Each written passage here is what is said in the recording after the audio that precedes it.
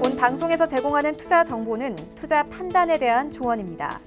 방송에서 제공하는 주식의 가치, 가격 상승 및 가격 하락에 대해서는 방송사에서 보장하지 않습니다. 안녕하세요. 베스트 트레이딩맨 1부 거래자들 진행의 이수연, 조지은입니다. 네. 오늘 수연 씨 네. 표정이 굉장히 좋아 보이는데 무슨 좋은 일 있었나요? 제가 좀 좋은 일이 있습니다. 어제 제가 손절을 참 많이 해봤다라고 말씀드렸는데 오늘 드디어 입절을 성공했습니다. 예. 그러면 오늘 치킨 얻어 먹을 수 있나요? 치즈볼까지 하겠습니다. 알겠습니다. 네, 오늘 내마녀의 날이었는데요. 선물 옵션 동시 만기일이 없음에도 불구하고 양시장이 모두 견조한 흐름을 보여줬습니다. 이런 시장이었던 만큼 여러분들도 궁금한 부분들 많으실 것 같은데 오늘 거래자들 1부부터 2부까지 여러분들의 궁금증들 속 시원하게 해결해 드리도록 하겠습니다. 끝까지 채널 고정 부탁드리고요. 오늘 모신 두 분의 위원님들 모셨는데 네. 바다 계신 허반석 위원님부터 만나보도록 하겠습니다. 안녕하세요. 안녕하세요. 네, 반갑습니다. 오늘 거래자들 처음 나오셨는데 소감 한 말씀 부탁드릴게요. 네. 이렇게 김선윤 전문가님하고 같은 자리에 앉게 될 줄은 몰랐습니다. 오늘 왜요? 이 자리에 김선윤 전문가님을 제가 꽤 오랫동안 알고 있었는데 제가 이 옆자리에 앉아서 방송을 진행하게 될 줄은 또 처음이고요. 네. 오늘부터 제가 열심히 쫓아가 보도록 하겠습니다. 네, 알겠습니다. 오늘부터 우리 허반석 위원님께서 열심히 김선윤 위원님과 함께 방송해 주신다고 하니까 기대 많이 부탁드리도록 하겠습니다. 네, 그렇다면 진정한 바닥의 신이시죠. 김선윤 위원님도 만나보도록 하겠습니다. 위원님, 네. 허반석 위원님께서 함께하게 될 줄 몰랐다 이렇게 이야기를 하셨어요. 어떤 네. 사이길래? 견제 받으신 것 같은데. 일을 그냥 같이 오래 한 사이이고요. 네, 뭐 그냥 잘 열심히 하고 있는 친구입니다. 네. 그리고 이제 아까 얘기 잘못하셨는데 이제 분석의 신으로 네. 정말 분석 잘합니다. 네, 그래서 우리 위원님 다음부터는 바닥에 신인 것 저는 같아요. 바닥이고 분석이니까 오늘 저기 신과 함께 촬영이니까 꼭 좀 끝까지 시청 부탁드리도록 하겠습니다. 네, 신과 함께라고 말씀해 주셨는데 과연 우리 시청자분들도 1000만 돌파할 수 있을지 저희가 지켜보도록 하겠습니다. 그럼 본격적으로 거래자들 1부 지금 출발합니다.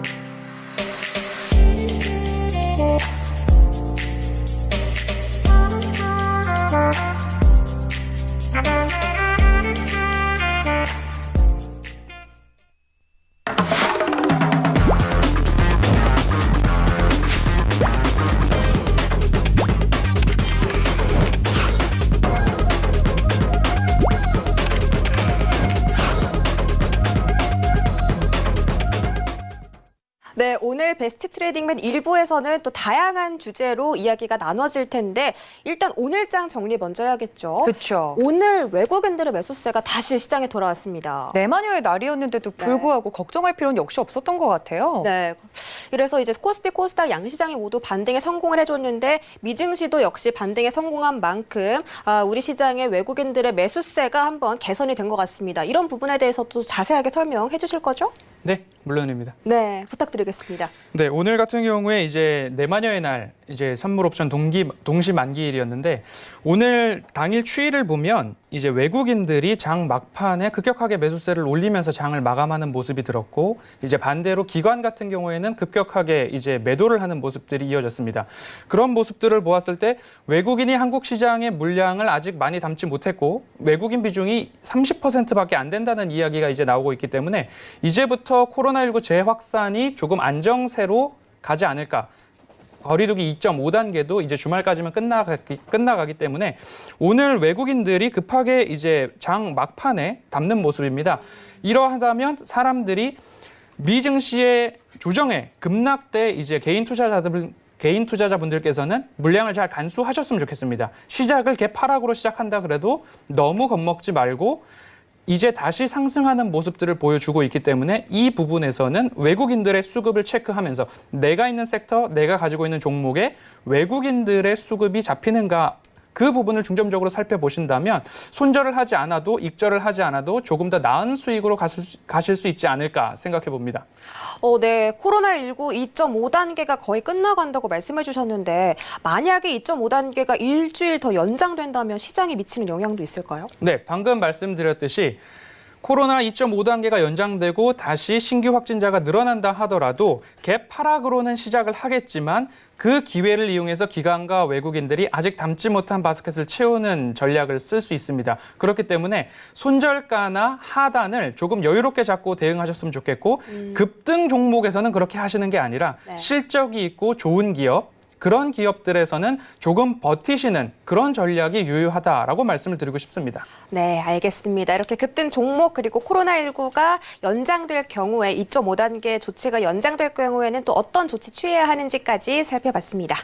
자, 그렇다면 분석의 신에 이어서 바닥의 신 이야기도 들어봐야겠죠? 김선희 위원님, 이제 배트맨 나오셔서 네. 계속 호통치셨잖아요. 네네. 제발 인버스 하지 마세요. 시장 잘 갈 겁니다. 이런 얘기했는데 오늘도 잘 갔습니다. 네, 이미 뭐 나스닥 비롯해서 상당히 좀 며칠 동안 흔들렸기 때문에 네. 오늘 뭐 코드라프 리칭데이 전혀 상관없었던 것 같아요. 그냥 자연스러운 현상이었고 마지막에 이제 동시효과 때 코스피가 약간 흔들리는 모습이었지만 크게 영향은 안 줬다고 저는 봐요. 그래서 내일 시장이 흐름이 굉장히 중요할 것 같은데 우선 뉴욕 증시의 선물 상황 자체가 약간 좀 밀리기는 하거든요. 지금요? 근데, 예, 살짝 밀립니다. 한 0.5 정도 밀리긴 하는데 크게 걱정할 수준은 아니니까 또 원체 어제 또 많이 올랐기 때문에 자연스러운 또 현상이라 보여지고 제가 자주 말씀드리는 거는 이제 달러 인덱스가 사실 어제 자리가 굉장히 위험했어요. 여기서 한 번 더 치고 올라갈 경우에는 네. 지수 하락이 나올 수도 있는 자리였고 그리고 전통적으로 봤을 때 S&P 500이나 나스닥 지수들이 단기적으로 10% 이상 빠질 경우 그 이상은 폭락장으로 보거든요. 그런데 어제는 딱 빠졌을 때가 한 10% 간당간당한 사이였고 어제 반등이 나왔잖아요. 그래서 네. 시장이 약간 돌림이 나온 자리란 말이에요. 그러니까 오늘 뭐 뉴욕 증시가 지금 선물은 약간 밀리긴 하지만 반등 쪽 후반에 나올 가능성이 높고 근데 오늘은 그게 중요하지 않다 보고 저는 내일 시장에서 기관들이 이제 좀 매수로 돌아오면서 대응을 할 가능성 기관들이 지금 계속 던지는데 그래도 더 이상 핑계댈 게 없어요 사실. 네. 내마녀의 날 갔잖아요. 이제 끝났잖아요. 우리나라는. 기관들이 더 이상 핑계댈 게 없습니다. 뭐 안 좋은 이슈 없어요. 다시 새로운 마음을 시작해야죠. 앞으로 연말까지 달려주셔야 돼요. 그럼 팔아야 되냐? 오늘 5천원 가게 판 거 정신 차리고 들어와야겠죠. 그래서 매수 들어오면서 개인들 물량 뺏어가 보자고요. 한번. 누가 얘기나 해보시자고요. 그래서 오늘은 그냥 전체적으로는 시장 분위기 자체가 장 초반부터 굉장히 즐거웠던 하루였지만 마지막에 약간의 코스피의 동시효과 때 하락 빼고는 괜찮았고 그냥 관전 포커스는 내일 시장에서 기관들이 어떻게 행보를 할까. 그게 가장 중요하지 않나 생각이 듭니다. 네. 네, 이렇게 바닥에 신 저희 김선윤 위원님께서 말씀을 해주신 것처럼요. 내일 시장 굉장히 중요할 것 같다고 하시니까 배트맨 저희 1부, 2부 함께 하시면서 내일장 대비 꼭 하셨으면 좋겠습니다. 그리고 장중에도 노란톡 이용해서 저희 위원님들과 함께 할 수 있는데요. 오늘 두 분의 신과 함께 합니다. 천만 영화처럼 노란톡 1000명 가자라고 말씀을 드렸는데요. 저희 김선윤 위원님 특히나 노란톡에서 이벤트 많이들 열어드리고 있습니다. 서울경제 김선윤 검색하시고 들어오시거나 하단에 나가고 있는 QR코드 카메라 어플로만 갖다 대셔도 바로 입장이 가능합니다. 든든한 두 분의 신과 함께 여러분들 내일장도 대응해 보시길 바랍니다. 네, 그럼 저희 본격적으로 슬기로운 주식 생활 주제 먼저 확인하시죠.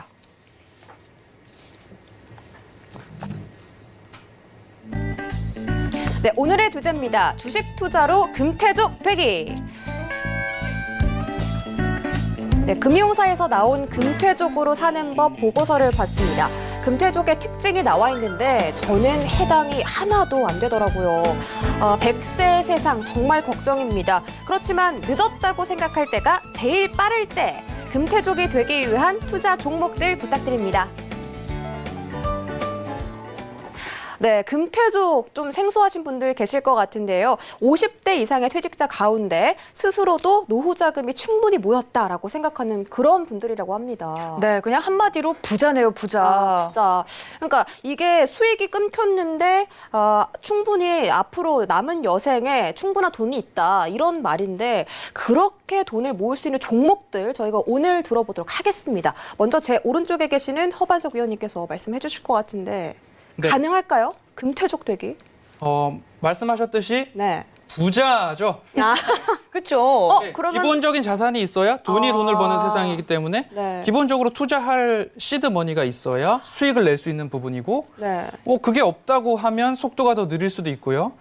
네, 그렇기 때문에 금태족 같은 경우에는 조금 소외되시는 분들도 있겠지만 신과 함께라면 적은 시드 머니더라도 함께 차곡차곡 모아간다면 네. 그리고 젊었을 때부터 금태를 위해서 지금부터 시작한다면 저희 카톡방에 보면 네. 많은 분들이 계세요. 그런데 젊은 분들도 상당히 많으시기 때문에 네. 네, 지금부터 금태를 위해서 함께 준비해 봤으면 좋겠습니다. 그래서 오늘 제가 금태족을 위해서 가져온 부분은 그린 뉴딜과 수소차 이야기를 좀 드리려고 합니다. 네. 그린 뉴딜과 수소차 이야기인데요. 지금 제가 눈치가 빠르신 분들은 제가 최근에 그린 뉴딜과 수소차에서 서울경제TV를 자주 보시는 분이라면 누누이 말씀드렸던 부분들이 있습니다. 2분기 어닝 서프라이즈가 일어났고 그에 따라서 유보금이 회사에 많이 쌓여 있어서 코로나19 확산에도 불구하고 회사의 곳간을 잘 채워놓은 기업이고 수소 추출 원천 기술인 수소 리포머 기술을 가지고 있습니다. 천연가스에서 수소를 추출해내는 기술인데 이 기술이야말로 앞으로 수소 시대 그린 뉴딜을 장악할 수 있는 기업이 아닐까 생각이 들고요. 기존 사업도 마찬가지로 아무나 들어올 수 없는 사업을 영위하고 있기 때문에 그 부분에서의 매출과 수주가 지속적으로 일어나고 있습니다. 이 기업이라면 향후 10년 또는 20년 금퇴족을 위한 준비로서는 만족스럽게 다가갈 수 있지 않을까 그런 말씀 드리고 싶습니다. 네, 이렇게 종목에 대한 힌트들 저희가 들어봤는데 이 종목이 무엇인지는 잠시 뒤 이어지는 베스트 트레이딩맨 2부에 공개가 되니까 여러분들 궁금하신 분들은 끝까지 채널 고정 부탁드리도록 하겠습니다. 네, 노란톡이랑 또 서울경제TV 쭉 함께 하신 분들이라면 우리 분석에 계신 허반석 위원님께서 말씀하시는 종목들 좀 눈치를 채셨을 것 같아요. 네. 오늘도 1부에서는 종목명이 공개되지 않습니다. 여러분들 2부까지 꼭 함께해 주시길 바라고요. 진정한 바닥에 계신 김선윤 위원님, 네. 금퇴족 부자라고 말씀드렸잖아요. 금퇴족 해당되세요? 그거를 어떻게 제 입으로 아직 퇴직을 안 하시지 않았을까요? 네. 맞네요. 그래도 좀 그려지는 게 있잖아요. 있기야 있죠. 네. 있기야 있는데 자 일단 금태족이 되고 싶으시다면 네. 한 번 더 말씀드리지만 노란 톡방 서울경제TV 김선윤 허반석 같이 있습니다. 방이 같이 있으니까 꼭 들어오셔서 좋은 좀 결과가 있으시면 좋을 것 같은데 네. 자 제가 오늘 말씀드릴 종목은 반도체 주와 초저평가되어 있는 종목이라 보시면 돼요. 그리고 제가 요즘에 어떤 걸 봐야 되냐 말씀드리고 있죠. 하반기에는 반도체를 봐야 된다. 그 가운데서 반도체 부품주를 봐야 된다. 왜? 5G 다 좋아요. 전기차 다 좋은데 고평가 상황이란 말이에요. 실적이 뒷받침이 안 된다고요. 그냥 실적이 좋아질 거라고만 얘기하고 있지 실질적으로 실적 까보면은 상반기 안 좋았어요. 하반기도 아직 몰라요. 그런데 오늘 제가 가지고 나온 종목은 반도체 관련인데 정말 실적이 좋습니다. 자, 올해 예상 실적 기준으로 해서 PER이 4배 정도 안 될 수도 있어요. 살짝 넘을 수도 있고. 그리고 ROE 52, ROIC 73. 대충 이것만 곱해서 영업이익이랑 곱해만 줘도 시총 자체가 말도 안 되게 나온다는 거예요. 또 하나 가장 중요한 상장 당시 기간 수요 공모가가 2만 원이었어요. 근데 주가 현재 10,000원 초반대입니다. 충분하게 매력도 높지 않을까 좀 생각이 들기 때문에 잘 보시면 좋을 것 같고요. 이왕 드릴 거 제대로 된 거 완전 저평가된 거 드려야지만 사시더라도 물리지 않고 가져가실 수가 있잖아요. 그리고 금퇴족을 위한 종목 사두고 많이 먹고 나오고 또 제가 준비하고 있는 종목들 또 수익 내시고 잘 가져가시면 좋지 않겠나 생각을 해봅니다. 그래서 오늘 가지고 나와봤는데요. 이따가 2부 때 또 제가 시원하게 공개해 드릴 테니까 방송 끝까지 시청하시면 좋을 것 같습니다. 네, 오늘 또 특히나 퀴즈의 주인공이 저희 바닥에 계신 김선윤 위원님의 종목입니다. 여러분들 가격 메리트까지 이야기를 해주셨기 때문에 눈치가 빠른 분들은 어떤 종목일지 좀 감이 바로 오셨을 것 같아요. 2부에 퀴즈가 나갈 예정인데요. 이제 정답은 2부에 맞춰주시면 되고 그 퀴즈 지금 바로 공개합니다. 과연 바닥에 계신 김선윤 위원님께서 2부에서 대공개할 종목이 무엇인지 지금 바로 문자로 보내주시면 됩니다. 샵 008 2번 열어두고 있고요. 1번 힘스, 2번 덕산 네오룩스입니다. 과연 1번일지 2번일지 여러분들 헷갈리시죠? 잠시만요. 왜 1번에 힘 주시고 2번에는 이렇게 톤을 깔아서 말씀하시는 거죠? 전혀 그렇게 하려는 의도가 좀 아니었는데 힌트 드리는 것 같은데. 1번 힘스, 2번 덕산 네오룩스입니다. 여러분. 네. 여러분들 궁금하실 텐데 근데 어떤 종목인지 알아도 네. 어떻게 대응해야 될지 모르면 맞습니다. 안 되잖아요. 2부까지 꼭 많은 시청 부탁드립니다. 네, 알겠습니다. 이렇게 두 의원님들의 종목 힌트들 들어봤고 퀴즈까지 준비했으니까 저희 다음 코너로 이동해 봐야겠죠? 트레이딩 Q&A 시간 만나보시죠.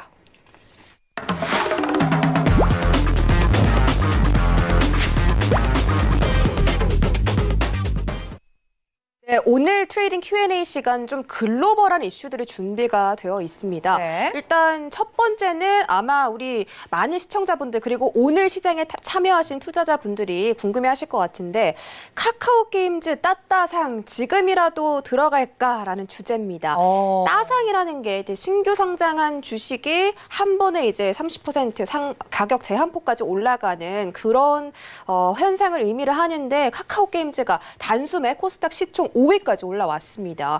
아무래도 또 공모 청약 그런 규모도 58조 원이나 되고 굉장히 이슈가 많은데 이 게임즈가 올라오면서 또 다른 게임주들도 수혜를 받은 걸로 알고 있거든요. 그렇죠. 네. NC소프트나 넷마블 네. 이런 부분들도 함께 이제 동반 상승을 하는 모습을 보여주고 있고 네.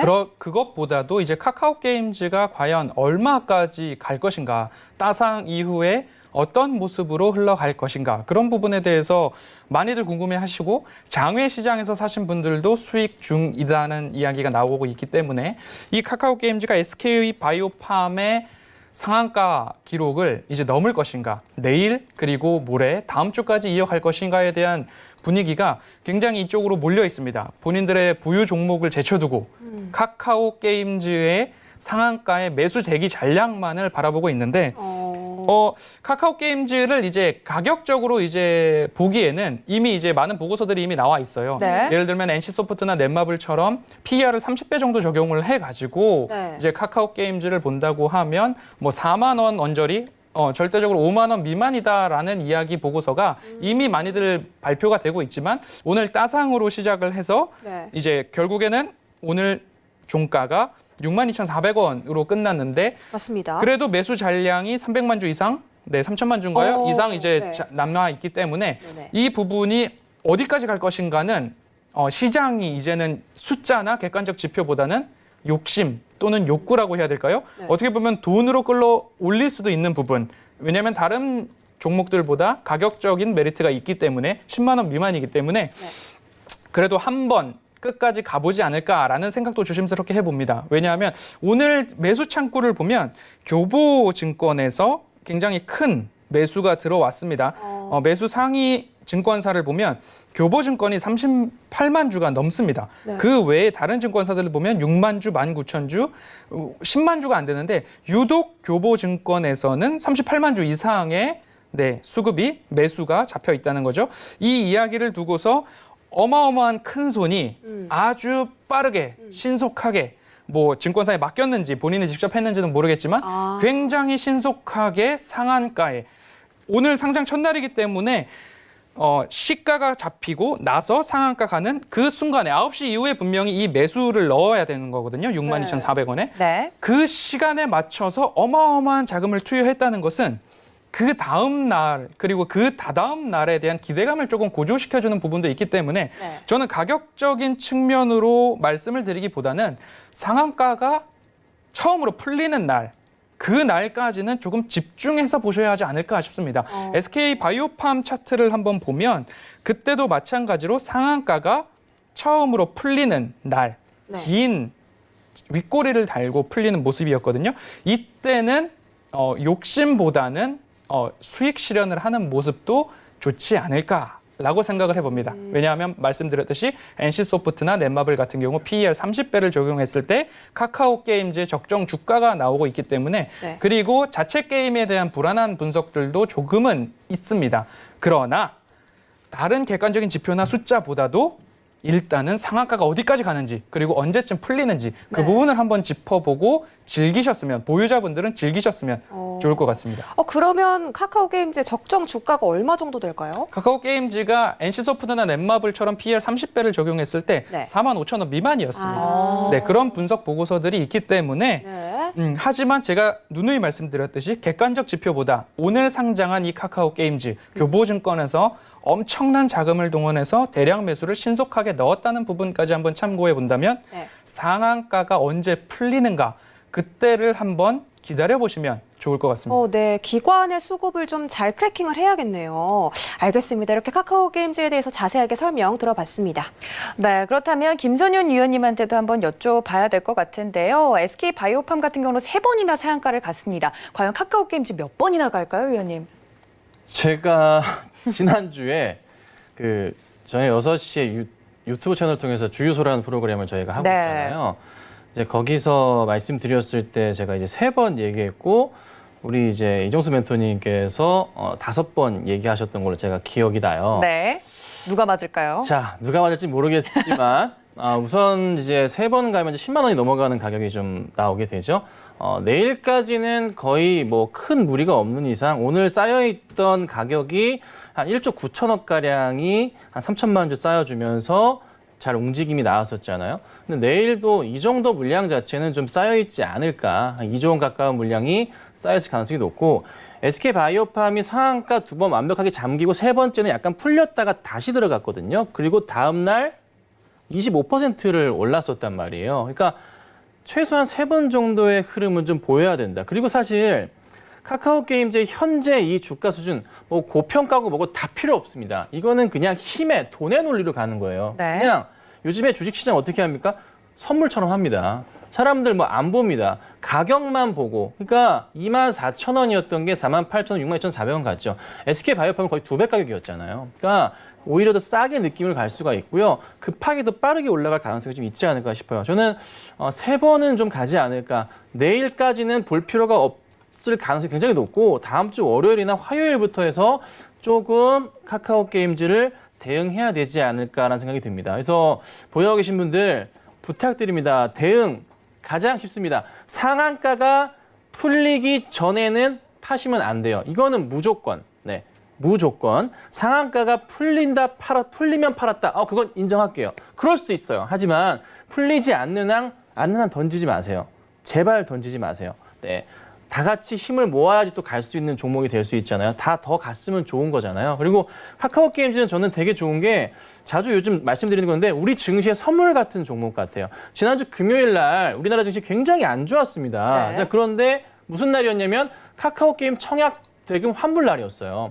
자연스럽게 증시로 유입되면서 1조 이상의 자금이 들어왔잖아요, 개인들이. 그리고 오늘 상장하면서 못 산 종목들. 어제 뉴욕 증시 뭐 흐름 그전 안 좋았잖아요. 근데 오늘 들어오면서 또 어떻게 해요? 어제도 또 올라가는 모습, 오늘도 들어오는 모습. 이래저래 조금은 카카오 게임즈가 국내 증시 선물 같은 모습을 보여주고 있거든요. 그래서 굉장히 진짜 타이밍만 잘 맞는다면 더 갈 수도 있겠죠. 뭐 잘 터진다면 20만 원도 갈 수 있겠지만 우선은 안전하게 한 3번, 4번 정도는 움직임이 있을 수 있기 때문에 한 번 더 상한가에는 어떻게 털면 안 된다. 이렇게만 좀 정리해드리도록 하겠습니다.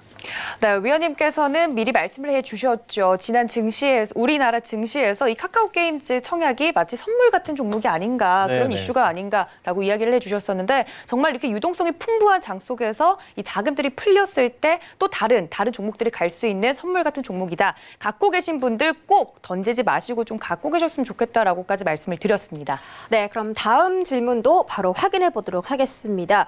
셀트리온, JP모건 정면 충돌, 주가 향방은이라는 주제인데요. JP모건이 셀트리온의 주가 목표치를 하향 조정했습니다. 네, 강하게 반발했죠. 네, 맞습니다. 셀트리온 현재 종가가 29만 8,500원인데 목표가를 19만 원대로 조정을 해서 아마 많은 셀트리온 주주분들께서 좀 당황하셨을 것 같고 또 이외에도 제약바이오 종목 갖고 있는 분들까지 염려가 크실 것 같습니다. 어떻게 볼까요? 네, 셀트리온에 대해서 JP모건이 이제 주가를 목표가를 하향 조정을 했습니다. 그에 대해서 이제 셀트리온은 즉각적으로 반박하는 모습을 맞습니다. 보여주고 네. 오늘 2시에도 긴급 기자 간담회를 네. 개최한다고 이야기를 하는 등 역시 적극적으로 대응을 해주고 있습니다. 셀트리온은 그래도 업계 매출 1위가 셀트리온, 2위가 셀트리온 헬스케어로 올라선 만큼 제약바이오 업종에서는 이제 누구도 넘볼 수 없는 부분이라고 일단은 말씀을 드리고 싶고 JP모건이 이제 셀트리온의 반박에 대해서 어떤 대응을 할지 안 할지가 이제 또 다시 관심이 가고 있습니다. 셀트리온 같은 경우에는 그래도 이제 3사 합병을 앞두고 있고 3사 합병에 대해서 주주 가치가 훼손되는 것 아닌가라는 이야기가 있고 오너에게 좀 더 유리하게 돌아가는 것 아닌가라는 우려도 있지만 이러한 JP모건의 이런 보고서나 이러한 이야기들로 인해서 관심이 집중될수록 주주들을 향한 모습이 좀 더 강화되면 강화되고 주주를 위한 정책이 좀 더 부각되면 부각되지 오히려 더 여론을 악화시킬 모습으로 치닫지는 않을 것 같습니다. 그러하기 때문에 셀트리온 헬스케어, 셀트리온 제약 같은 경우에 3사 합병까지 이어가는 모습으로 한번 보유자분들은 지켜보는 것도 어떨까 싶습니다. 너무 급하게 짧게 볼 종목들은 아니기 때문에 네. 그리고 이제 치료제나 백신에 대한 생산 문제도 있습니다. 러시아나 여타 기업들이 셀트리온의 업무, 생산 이런 부분을 위탁할 수도 있는 부분이기 때문에 이제는 우리나라에서는 CMO 기업은 굉장히 집중해야 될 섹터이기 때문에 셀트리온도 지금 JP모건 이 사태가 오히려 약이 될 수도 있지 않을까. 이렇게 시끌벅적해질수록 주주들과 시장에 주목을 받을수록 오히려 더 주주 친화적인 그리고 이미지 메이킹을 해야 할 필요가 있기 때문에 그래야 더 주가는 더 안전하고 안 떨어질 수 있기 때문에 네. 오히려 3사 합병까지 이 주목이 계속 이어진다고 한다면 보유자분들은 그 이후에 치료제나 백신의 수주까지 한번 지켜보는 것이 어떨까. 네, 이런 생각으로 한번 이 사태를 바라봤습니다. 네, 굉장히 좀 신선한 시각인데요. 오히려 이렇게 JP모건이 언급함으로써 셀트리온에게 조명이 딱 켜졌고 이런 이슈를 활용해서 또 셀트리온 패밀리의 3사 합병까지 이 이슈를 끌고 간다면 오히려 주가 상승에 조금 더 좋은 모멘텀이 될 수 있겠다. 그리고 셀트리온이 유럽 쪽으로부터 이제 CMO 계약, 수주 계약도 좀 기대가 되고 있기 때문에 보유주 분들은 조금 더 보유하는 의견 쪽으로 제시를 해드렸습니다. 자, 그렇다면 한때 셀트리윤으로 불렸던 저희 김선윤 위원님의 네. 의견도 들어봐야 될 것 같습니다. 위원님 어떻게 보셨어요, 이 이슈? 네, 한마디로 정의하자면 사고 싶냐라고 좀 묻고 싶네요. 네. 얼마나 사고 싶으면 주가를 떨어뜨리고 이렇게 싶냐?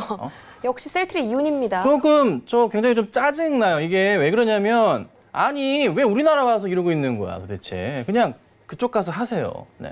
모더나도 많고 뭐 화이자도 있고 돈들 많은데 왜 우리나라 와서 이러는 겁니까? 자, 지금 상황 보면은 저는 이렇게 봐요. 자, 지금 셀트리온 대응이 어땠죠? JP에서 뭐가 결과 나오자마자 뭐래요? 보고서 나오자마자 뭐래요? 바로 긴급 간담회 해버리잖아요. 네, 애널리스트 간담회 해버리잖아요.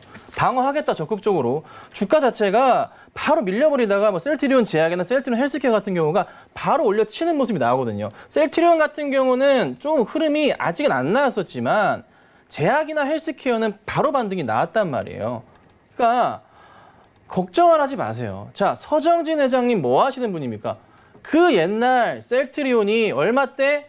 3만 원일 때 제가 이 종목 10만 원 갖다 외치는 그때 다른 방송에서 제가 서울경제 있을 때 이거를 추천하는 전문가 이런 나쁜 전문가라면서 그냥 욕을 하시고 저한테 그렇게까지 하시던 분들 다 어디 갔어요? 갔잖아요, 주가. 제가 말한 대로. 그때 당시 뭐였죠? 공매도 세력과 싸웠던 게 서정진 회장입니다. 자, 지금 상황 JP모건 싸우는 거, 자, 그 당시에는 덩치가 작았지만 지금의 셀트리온이라는 회사는 덩치가 세계적인 회사로 커져 있습니다.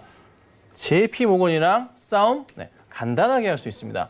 걱정하지 마시고 의지를 바로 보였잖아요. 하루도 안 미뤘어요. 그냥 바로 다이렉트로 긴급 간담회 할 테니까 다 헤쳐모여. 상황 얘기해 줄게.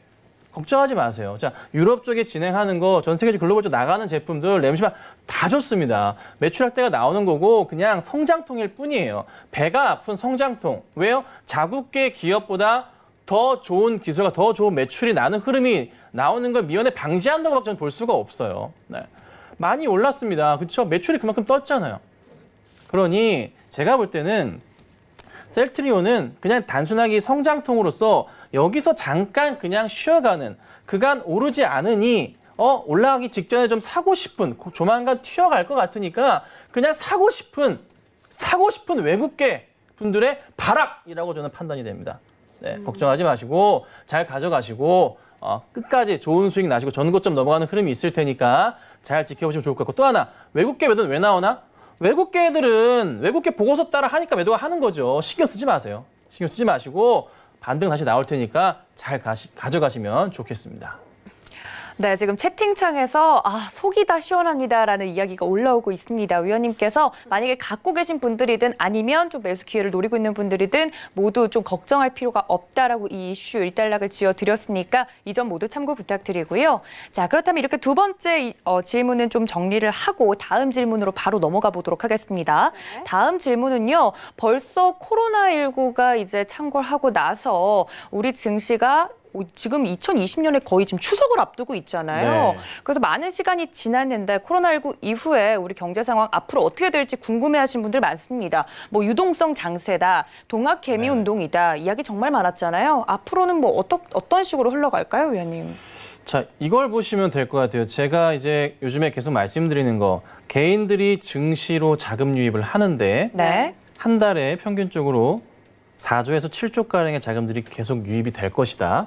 자, 언제까지? 내년까지 계속된다. 자, 금리를 어떻게 미국에서 인상 내년까지 안 합니다. 오늘 유럽의 ECB 정책회의가 굉장히 중요할 텐데 10일이에요.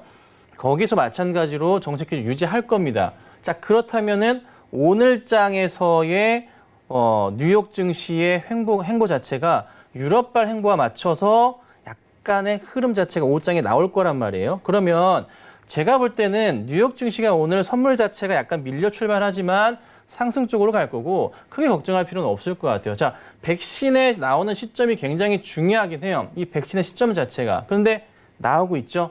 천천히 나오고 있죠. 근데 하나 조금 신기한 거는 중국이 종식 선언을 한다는 거. 이거는 네. 조금 아이러니하지만 어찌됐든 전 세계 현재 백신 트렌드 자체는 완성이 돼 가고 있고 다만 아스트라제네카 같은 경우가 런던에서 임상에 대한 약간의 불안감을 보여줬지만 그거 아니다. 근데 임상이라는 게 사실 잠깐 멈췄다 할 수도 있는 거예요. 그리고 바로 시작한다고 하니까 또 어떻게 됩니까? SK케미칼 바로 급등 나오잖아요. 네, 그리고 아침에 제가 보고 이거 매수해도 됩니다라고 말씀드리고 또 재밌는 수익 났잖아요. 자, 이것처럼 전체적으로 시장 분위기는 단기적으로 악재를 어떻게든 싸게 사기 위한 조금 발악을 하는 그런 경우가 굉장히 많은 것 같아요. 네, 그래서 걱정보다는 걱정을 기회로 보셔야 되고 이 기회를 활용하셔서 하반기, 내년에 큰 수익. 그러니까 제가 볼 때는 앞으로의 10년 동안 지금 돈 버셔야 돼요. 주식시장에서.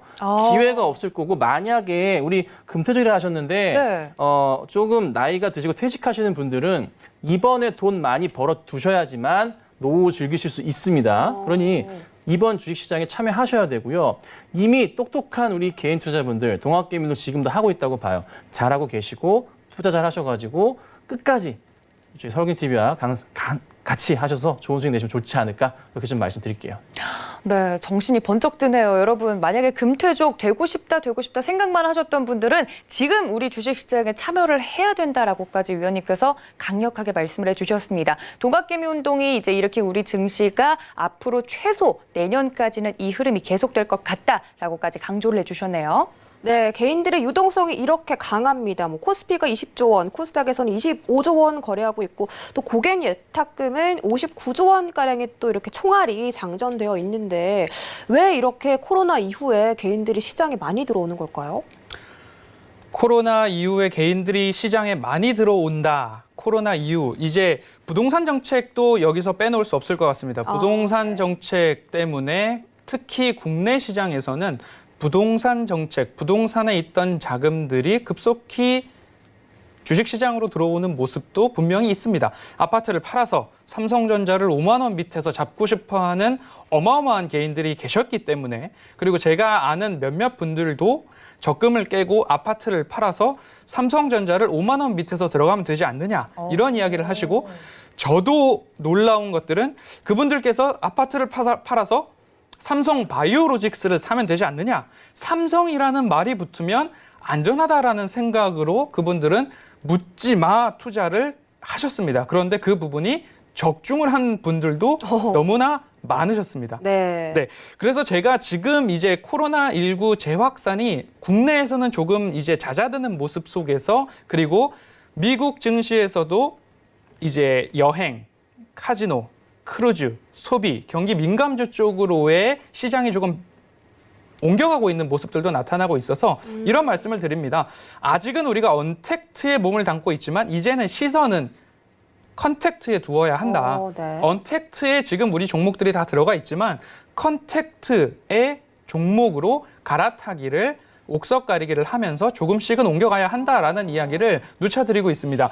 그러한 측면에서 관심 가질 수 있는 종목들 말씀드렸듯이 삼성바이오로직스, 셀트리온, CMO 기업이죠. 위탁 생산 기업이잖아요. 네. 그런 부분들에도 집중을 한 부분 보유자라면 연말까지 그 이상으로 백신과 치료제가 위탁 생산 수주를 받을 때까지 그때까지는 들고 가 볼만 하지 않느냐.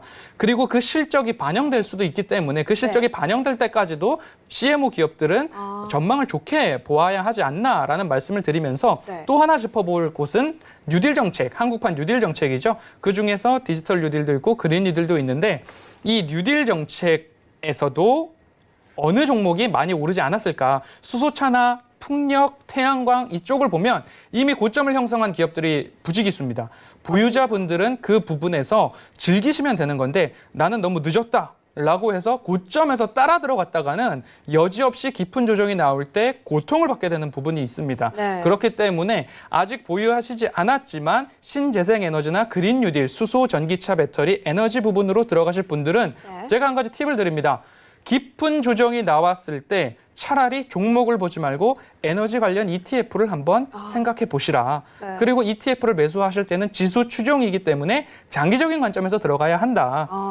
괜히 고점에 있는 종목 하나 에너지 관련된 기업, 신재생 에너지, 그린 뉴딜, 수소차, 전기차, 2차 전지 관련 부분 들어갔다가 고통 당하시지 마시고 나에게 여유 자금이 있다. 금태족이 되고 싶은데 여유 자금이 있다. 어떻게 해야 할까라는 생각을 하실 때 ETF, 에너지 관련 ETF를 지수가 깊은 조정이 나왔을 때 조금씩 분할로 들어가는 겁니다. 네. 미증시가 빠졌을 때 갑작스럽게 하루 빠졌다고 그 다음날 들어가지 마시고 우리나라 지수 조정이 얼마나 깊게 나올지는 모르겠어요. 하지만 그 조정이 깊지는 않을 겁니다. 그렇다고 해서 한 방에 확 들어가지 마시고 에너지 ETF를 사실 때도 장기적 관점으로 보셔라 라고 말씀을 드리고 싶고 끝으로 조선해운중공업 쪽도 LNG 선에 대한 부분들 그리고 이제 항만에 올라가는 개방형 스크류를 쓰는 그런 선박들이 이제는 바꿔야 된다는 거죠. 해양 오염이나 에너지 쪽에서도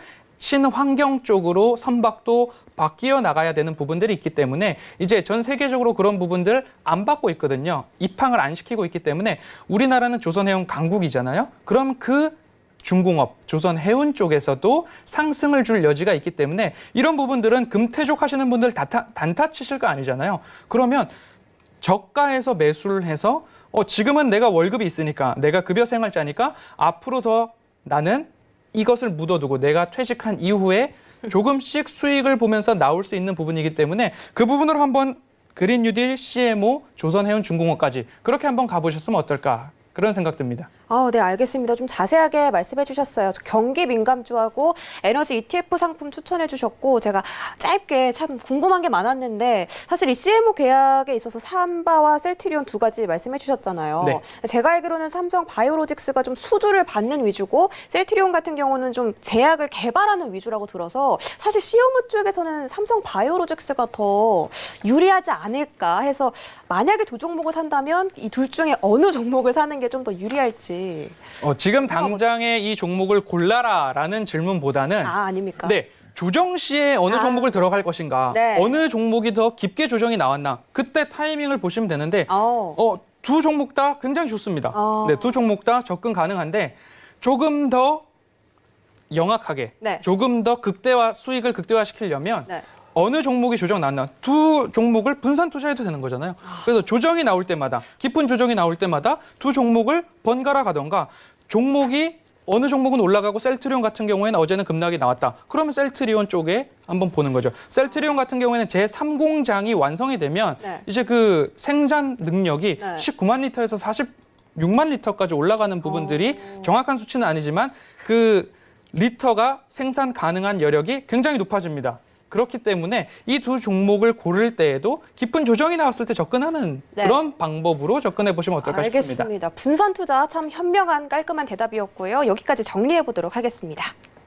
네, 그리고 마지막 질문이 남아 있습니다. 마지막 질문은요, 좀 글로벌한 질문이에요. 위원님들 잘 들으셔야 돼요. 골드만삭스의 글로벌 주식 수석 전략가인 피터 오펜하이머가요, 증시가 강세장을 이어갈 이유 10가지를 꼽으면서 이제 투자자들의 눈길을 끌었다는 이슈가 있었습니다. 물론 뉴욕 증시가 앞으로 갈 이유에 대한 10가지 이유겠지만 우리 증시도 앞으로 뉴욕 증시만큼이나 그 이상으로 잘 갈 수 있는 이유들이 있다고 위원님들께서 강하게 상승 쪽에 이야기를 해주셨기 때문에 좀 투자자분들이 마음이 편할 수 있도록 이 10가지 이유를 잘 녹여서 설명해 주시면 좋을 것 같아요. 김선윤 위원님, 이 네. 이야기 어떻게 수긍하세요? 근데 이걸 이제 오늘 어제부터 얘기가 돌았던 건데 솔직히 이거 모르는 사람이 어디 있어요. 이게 딱 보면은 백신에 대한 기대감 나오죠. 경제 회복에 대한 기대감, 그다음에 높은 밸류에이션임에도 낮은 위험성이 있고 정부의 지원, 정책 지원 정말 좋죠. 그다음에 또 뭐 있나요? 실적 향상도 있고 또 제로 금리에 대한 부분, 그렇죠? 리스크 프리미엄에 대한 하락. 다 그냥 몸소 체험하고 아시는 거예요. 제가 누누이 또 말씀드렸고 다른 전문가님들도 계속적으로 상승이라고 얘기하시는 분들은 다 얘기하셨던 그런 부분들, 이런 부분이라는 거죠. 자, 저도 굉장히 동의하는데 근데 진짜 중요한 게 뭐냐면 첫 번째도 두 번째도 세 번째도 첫 번째 가장 중요한 거 경기 회복, 경제에 대한 회복이 나와야 된다는 겁니다. 이게 나오지 않는 이상은 지수 상승이 나오지 않는다는 거에 대해서는 지금 모두가 좀 동일하지 않을까 생각이 들어요. 그래서 경기 회복, 경제 회복이 첫 번째 우선 조건으로 가는 거고, 그리고 사실 몇몇 주식들은 이미 밸류에이션 우려에 대한 부분이 있었어요. 대표적인 게 이제 테슬라 같은 경우가 말도 안 되는 상황이었죠. 사실 애플과 삼성전자 비교해 본다면 애플의 시가총액이 우리나라 전체 증시의 시가총액보다 큽니다. 훨씬 큽니다. 자, 그런데 실적을 비교해 본다면 이 정도 차이가 날 정도는 아니거든요, 사실. 그래서 특히 외국계에서 왜 셀트리온을 공격을 하는지 전 이해를 할 수가 없어요. 밸류에이션만 따져본다면 셀트리온 헬스케어 실적 삼성 바이오로직스보다 훨씬 좋습니다. 그런데 시가총액 차이 3배가 넘어갑니다. 삼바가 훨씬 높다고요. 그럼 삼바를 공격해야지. 왜 셀트리온 헬스케어 셀트리온을 공격해? 이해를 할 수 없는 행동들. 그냥 배가 아픈 거예요. 우리나라 시장 자체가 자꾸 신흥국 시장으로 자금이 몰리는 것을 방지하고자 자금을 빼고자 자국으로 빼고자 이건 그냥 음모론밖에 저는 보지 않습니다. 자, 그 정도로 좋은 거고 국내 시장 자체가. 그래서 특히나 외국계에서 미국 특히 뉴욕의 달러 가치가 하락하면 하락할수록 어디가 이득을 봅니까? 신흥국 증시로의 자금이 몰린다고 말씀드리잖아요. 그중에서 우리나라 특히나 강합니다. 그러면 홍콩에 자금 넣을 거예요? 안 넣잖아요. 홍콩 어떻게 자금 다 빠져나오고 있잖아요. 홍콩에 유수한 기관들 어디 들어와요? 우리나라로 다 들어오고 있죠. 자, 코로나에 제일 안전한 국가입니다. 검증이 됐잖아요. 더 이상 북한과의 관계성 가지고 논할 게 아니라고요. 더 이상 그거는 리스크 요인이 아니에요. 이미 인정이 된 상황들. 그래서 이래저래 계속적으로 갈 수가 있다는 거죠, 시장 자체가. 근데 여기서 중요하게 보셔야 될 게 골드만삭스에서 관심주를 체크를 했어요. 우선은 몇 가지를 말씀드릴 텐데 그 렉스페이크 테크놀로지라고 데이터 관리와 보안 쪽이랑 그다음에 올 아메리칸 파이프라인이라고 원유와 천연가스 저장 시스템 에너지 쪽을 봤고요. 그리고 헬스 의료 서비스 제공 네트워크 회사 요 세 가지 회사를 내놓았습니다. 내놓았어요. 여기서 이 종목들이 올라갈 수 있다는 거죠. 앞으로 미래를 봤을 때. 그러면 관련주들은 뭐가 있냐면 우선은 데이터 관리 보안 쪽으로 본다면 삼성 SDS와 다우기술과 더존 비주온을 볼 수가 있을 것 같고요. 아셨죠? 이거 기억하셔야 됩니다. 그리고 원유와 천연가스 저장 시스템 에너지를 본다면 NK 그리고 한국카본 그리고 SK 이노베이션을 보시면 될 것 같아요. 이 종목들이 많지만 그래도 조금 오를 가능성이 있는 종목으로 추려봤습니다. 그리고 마지막으로 헬스 의료 서비스 관련으로는 인바디, 유비케어 그리고 비트컴퓨터, 네오팩트 등이 있으니까 이 종목들 한번 관심 가져보시고 천천히 대응을 하신다면은 꽤나 앞으로의 조금 뉴욕에서 보는 거야. 미국 사람이 보는 관점으로 봤을 때 이 종목들이 따라갈 수가 있지 않을까. 그래서 한번 관심을 가져보시면 어떨까라고 한번 좀 말씀드려보겠습니다. 네, 보고서 아래서 있었던 좀 눈여겨볼 만한 종목들도 우리나라 이제 주식시장 안에서 종목들도 꼽아주셨습니다. 이런 관심 종목들도 여러분들 참고해 주시면 좋겠네요. 네, 다음으로는 골드만삭스가 제시한 증시 강세장의 이유 10가지에 대해서 우리 허반석 위원님 어떤 생각 갖고 계세요? 네, 증시 강세장에 대한 이야기를 뭐 다 이야기를 하고 있죠. 그런데 이제 어떤 분이 이제 또 댓글에다 그렇게 말씀해 주셨어요. 다 알고 있는 사실을 글로 적었을 뿐이라는 이야기를 해주셨는데, 네. 일단은 현재 글로벌하게 전 세계적으로 우리가 겪고 있는 어려움, 이 코로나 사태가 얼마나 빠르게 그리고 다시 재발하지 않고 재확산하지 않고 진정세로 들어가느냐라는 부분을 이제 더 보아야 할 필요가 있습니다. 이 코로나 사태로 인해서 산업 그리고 경기가 모두 다 위축되다 보니까 미국에서는 제로금리 그리고 통화정책 돈을 이제 뿌리고 있습니다. 그러면 금리가 인상될 때까지는 계속적으로 무한대로 돈을 뿌릴 수는 없으니까 결국에는 하루 한시 빨리 이 코로나 사태를 안정시키자라는 부분으로 모든 역량을 이제 전 세계적으로 역량을 집중하고 있는 부분이잖아요. 이제 치료제와 백신이 차차 나온다고 하니 그 시점에 맞춰서 코로나 재확산이 어느 정도 안정세로 돌아서고 그 이후에 달러의 가치가 조금 더 올라가는 모습을 보여준다면 그러면 결국엔 금값이 다시 안정세를 찾아야 되겠죠. 금값이 안정화가 돌아서고 달러의 가치가 올라가고 그렇게 된다면 다시 금리를 인상하는 그 시기까지 이러한 순환이 어느 정도 이어져야 한다는 부분으로 말씀을 드리고 싶습니다. 금리가 인상된다고 하면 달러 가치가 올라간다는 것은 미국의 시장이 미국의 경기가 어느 정도 다시 활기를 띠고 있다라는 이야기로 이어지겠죠.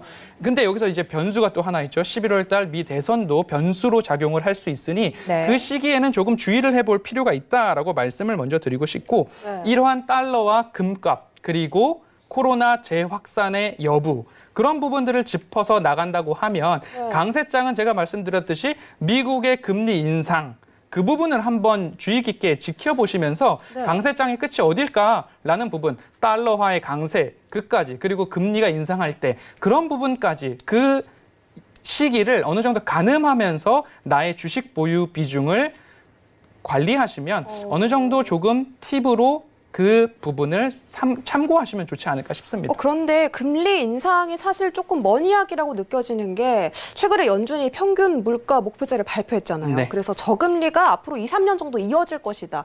이런 이야기가 나오고 있어서 이런 이유 때문에 앞으로 좀 증시가 강세장일 것이다라는 예측도 있는데. 그렇죠. 네. 미 연준에서 이야기한 것이 금리 인상은 네. 당장에 일어나지 않을 먼 미래의 일이다라고 이야기했습니다. 그래서 그 먼 미래가 어느 정도냐? 짧게는 2년, 길게는 5년에서 8년까지도 다들 보고 있기 때문에 지금은 강세장이고 돈을 벌어야 하고 좋은 기회의 시간이다라고 말씀을 드리는 부분. 네, 금리 인상은 아직 먼 미래의 일이다라는 워딩을 그대로 썼기 때문에 그 부분을 참고하신다면 적어도 2년에서 길게는 5년에서 8년까지도 이야기를 볼 수 있습니다. 제가 말씀드린 부분, 금값, 달러의 가치, 그 부분, 그리고 코로나 글로벌 재확산이 어느 정도까지 이어지는가. 그 중간에 미 대선이 있고 그 사이에 치료제와 백신이 개발된다. 그러면 이제 더 많은 변수들이 있지만 너무 많네요. 이 부분들, 달러화와 금값, 이 두 가지는 꼭 챙겨보면서 언제가 끝일까, 이 버블의 끝이 어딜까 그런 부분들. 아직은 그러나 테슬라가 20% 이상 떨어졌다가 다시 10% 이상 올라가는 부분들 맞아요. 아직까지 유동성이 풍부하다라는 부분들의 시그널이기 때문에 그 부분 한번 짚어보면서 투자해보면 어떨까 말씀드리겠습니다. 알겠습니다. 이렇게 뭐 지금 국내 증시뿐만이 아니라 달러 인덱스부터 금값까지 여러 부분에서 체크를 해주시면서 정말 전 세계 시황을 함께 보시고 있기 때문에 그만큼 또 왜 분석해 주시는지 알 것 같습니다. 여러분들이 이제 허반석 위원님과 장중에도 함께하고 싶으시면요. 노란톡 검색창에다가 서울경제 허반석이라고 검색하고 들어오시면 지금 같은 날카로운 분석 이어가실 수가 있습니다. 네, 맞습니다. 위원님들께서 이야기를 해주셨던 것처럼요. 이렇게 해외 시장부터 우리 국내 증시까지 이야기를 쭉 해드렸습니다. 이쯤 되면 이제 2부에서 이어질 퀴즈도 준비되어 있고요. 위원님들이 준비하신 종목들도 곧 공개가 될 예정인데요. 네. 더욱더 기대되네요. 그죠? 맞습니다. 힘스와 네오룩스 두 가지로 샵 0082번으로 여러분들이 문자 보내주시면 되겠고요. 잠시 뒤에 2부에 공개가 되니까 끝까지 시청 부탁드리도록 하겠습니다. 그러면 저희는 2부에 조금 더 이어가 보도록 하겠고요. 본 방송에서 제공해드린 정보는 투자 판단에 대한 조언일 뿐 해당 주식의 가치나 수익률을 보장하고 있지는 않습니다. 그리고 베스트 트레이딩맨은 자본시장 통합법도 준수하고 있습니다. 1:1 투자 상담, 유사 수신 행위, 무인가 영업 행위 등 모든 불법 사항들을 엄중하게 금지하고 있다는 점 전해드리도록 하겠습니다. 그럼 저희는 잠시 뒤에 돌아오겠습니다. 채널 고정!